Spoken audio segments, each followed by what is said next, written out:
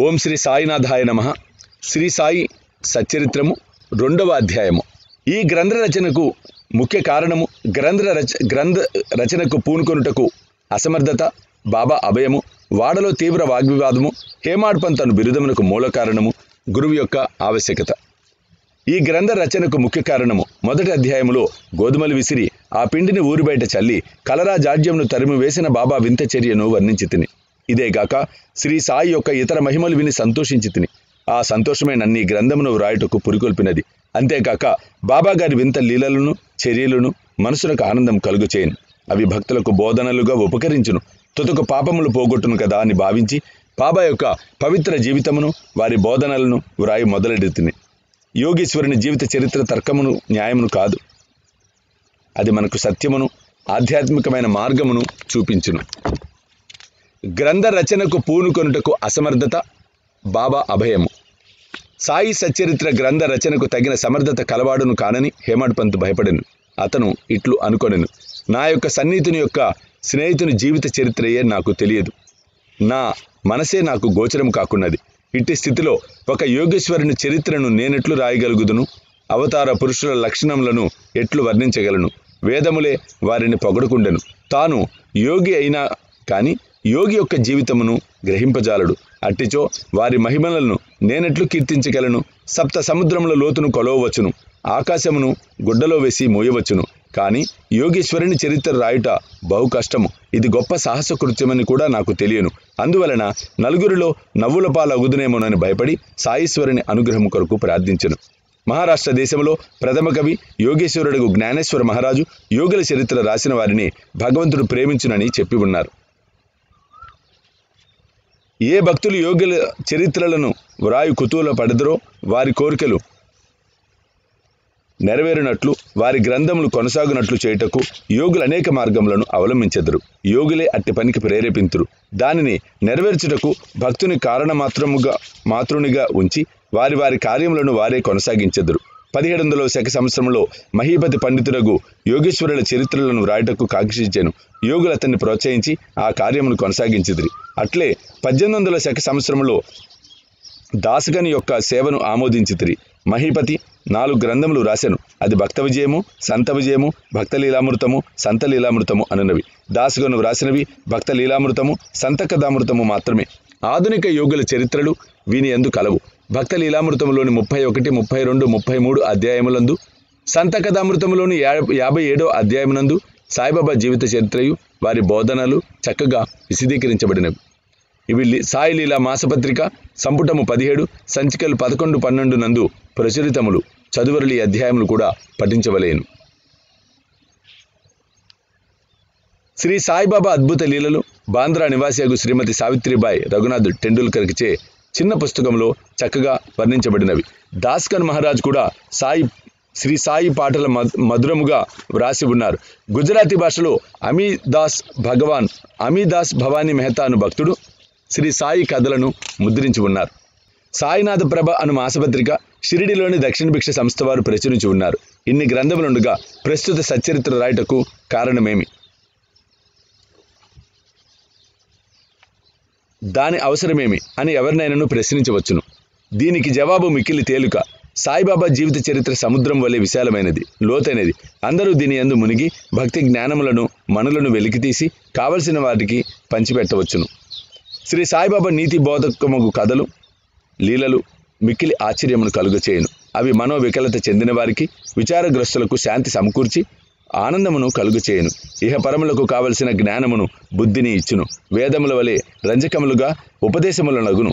బాబా ప్రబోధములు విని వానిని మననము చేసినచో భక్తులు వాంఛించినవి అనగా బ్రహ్మైక్య యోగమును, అష్టాంగ యోగ ప్రావీణ్యమును, ధ్యానానందమును పొందెదరు.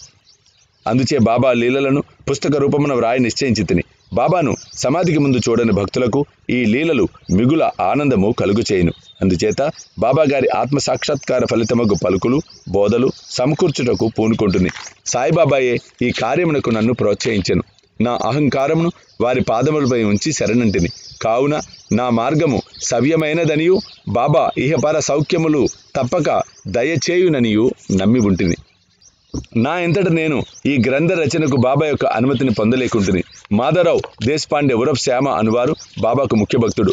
వారిని నా తరఫున బాబాను ప్రార్థించమంటిని. నా తరఫున వారు బాబాతో ఇట్లనిరి, ఈ అన్నాసాహెబ్ మీ జీవిత చరిత్రను వ్రాయ కాంక్షించుచున్నాడు. నేను భిక్షాటనముచే జీవించు ఫకీరును. నా జీవిత చరిత్ర రాయని అవసరం లేదని అనవద్దు.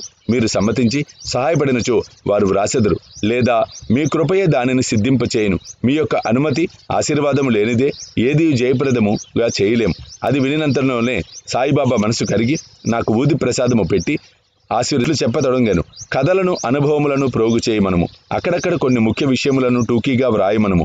నేను సహాయం చేసేదను. వాడు నిమిత్తమాత్రుడే. నా జీవిత చరిత్ర నేనే రాసి నా భక్తుల కోరికను తీర్చేదను. వాడు తన అహంకారమును విడువవలెను, దానిని నా పాదములపై పెట్టవలేను. ఎవరైతే వారి జీవితంలో ఇట్లు చేసేదరో వారికి నేను మిక్కిలి సహాయపడదను. నా జీవిత చర్యల కొరికే కాదు, సాధ్యమైనంత వరకు వారి గృహకృత్యములందు తోడ్పడేదను. వారి అహంకారమును పూర్తిగా పడిపోయిన పిమ్మట అది మచ్చుకకు కూడా లేకుండానప్పుడు నేను వాని మనసులో ప్రవేశించి నా చరిత్రను నేనే వ్రాసుకుందును. నా కథలు బోధలు విన్న భక్తులకు భక్తి విశ్వాసములు కుదురును. వారు ఆత్మసాక్షాత్కారమును బ్రహ్మానందమును పొందెదరు. నీకు తోచిన దానిని నీవు నిర్ధారణ చేయుటకు ప్రయత్నించుకుము. ఇతరుల అభిప్రాయమును కొట్టివేయుటకు ప్రయత్నించుకుము. ఏ విషయం పైనను కీడు మేలు ఎంచు వివాదము కూడదు. వివాదమనగానే నన్ను హేమాడ్ పంత్ అని పిలుచుటకు కారణమేమో మీకు చెప్పేదను. వాగ్దానము జ్ఞప్తికి వచ్చినది. ఇప్పుడు దానినే మీకు చెప్పబోచున్నాను. కాకాసాహెబ్ దీక్షిత్, నానాసాహెబ్ చందోర్కర్లతో నేనెక్కువ స్నేహంతో ఉంటిని. వారు నన్ను షిరిడీ తీసుకుపోయి బాబా దర్శనం చేయమని బలవంతం చేసిరి. అట్లే చేసేదనని వారికి నేను వాగ్దానం చేసి తిని ఈ మధ్యలోనేదో జరిగినది. అది నా షిరిడీ ప్రయాణమునకు అడ్డుపడినది. లోనావాలాలో ఉన్న నా స్నేహితుని కొడుకు జబ్బుబడెను. నా స్నేహితుడు మందులు మంత్రములన్నీ ఉపయోగించెను, కానీ నిష్ఫలమయ్యాను.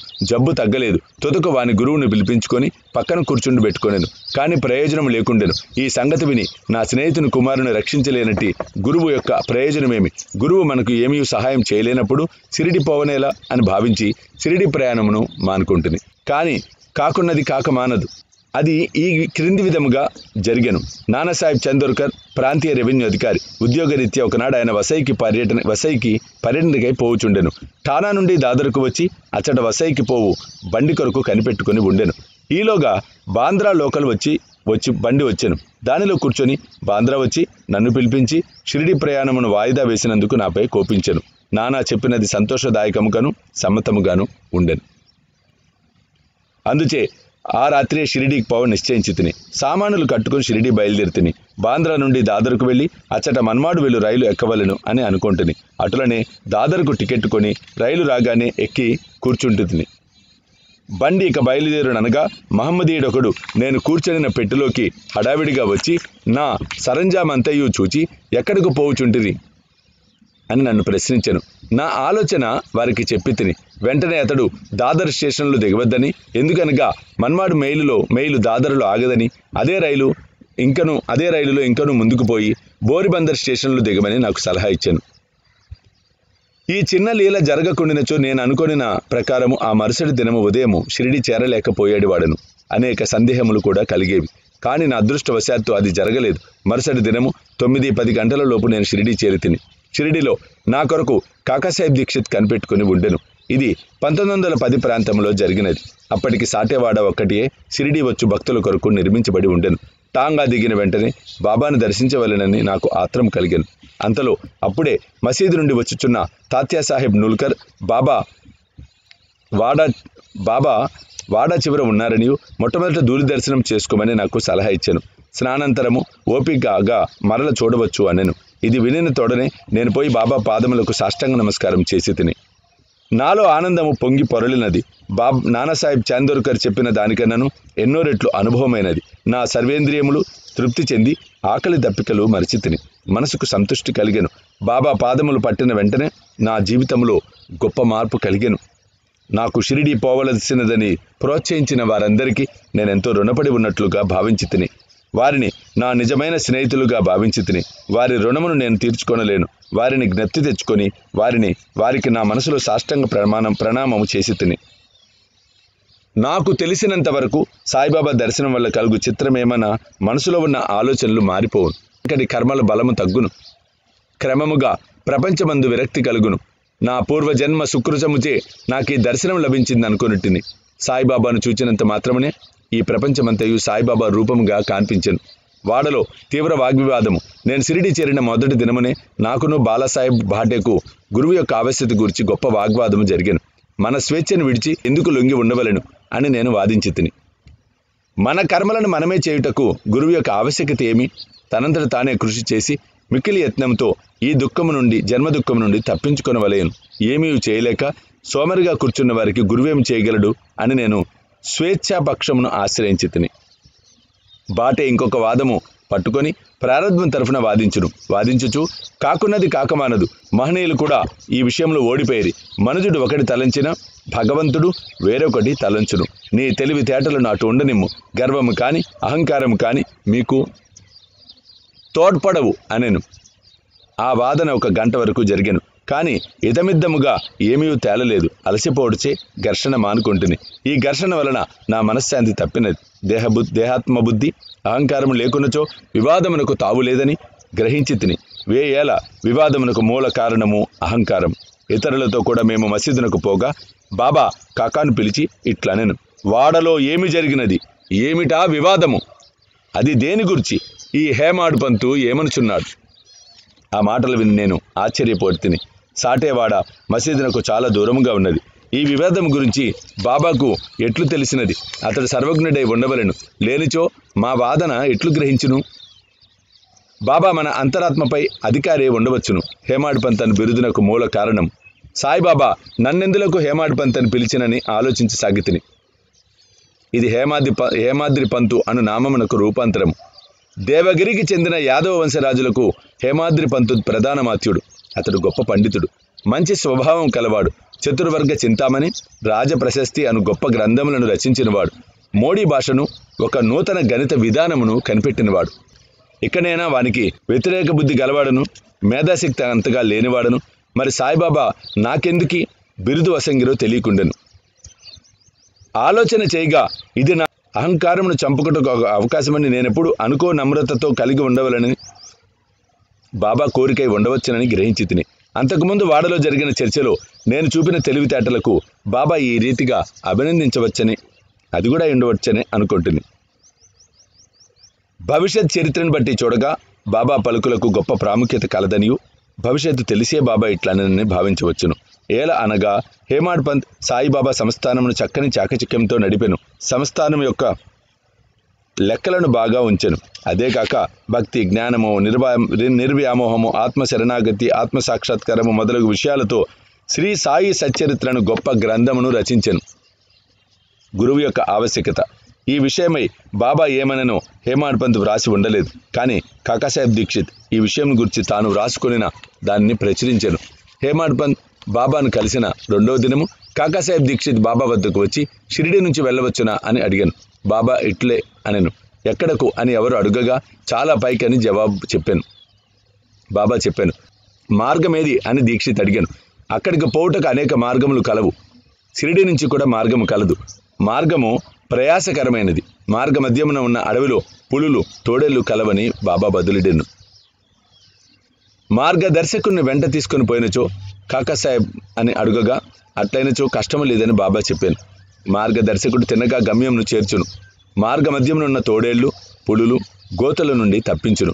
మార్గదర్శకుడే లేనిచో అడవి మృగములచే చంపబడవచ్చును, లేదా దారి తప్పి గుంటలలో పడిపోవచ్చును అనెను. మసీదులో అప్పుడు అచ్చటనే ఉన్న దాబోల్కర్ తన ప్రశ్నకు అదే తగిన సమాధానమని గుర్తించెను. వేదాంత విషయములలో మానవుడు స్వేచ్ఛాపరుడా కాడా అను వివాదము వలన ప్రయోజనము లేదని గ్రహించెను. పరమార్థము నిజంగా గురుబోధ వల్లనే చిక్కుననియు రామకృష్ణులు తమ గురువులైన వశిష్ఠ సాందీపులకు లొంగి అనుకువతో ఉండి ఆత్మసాక్షాత్కారము పొందిరని, దానికి దృఢమైన నమ్మకము, ఓపిక అను 2 గుణములు ఆవశ్యకమని గ్రహించెను. 2వ అధ్యాయము సంపూర్ణము. సద్గురు శ్రీ సాయినాథ అర్పణమస్తు. శుభం భక్తు.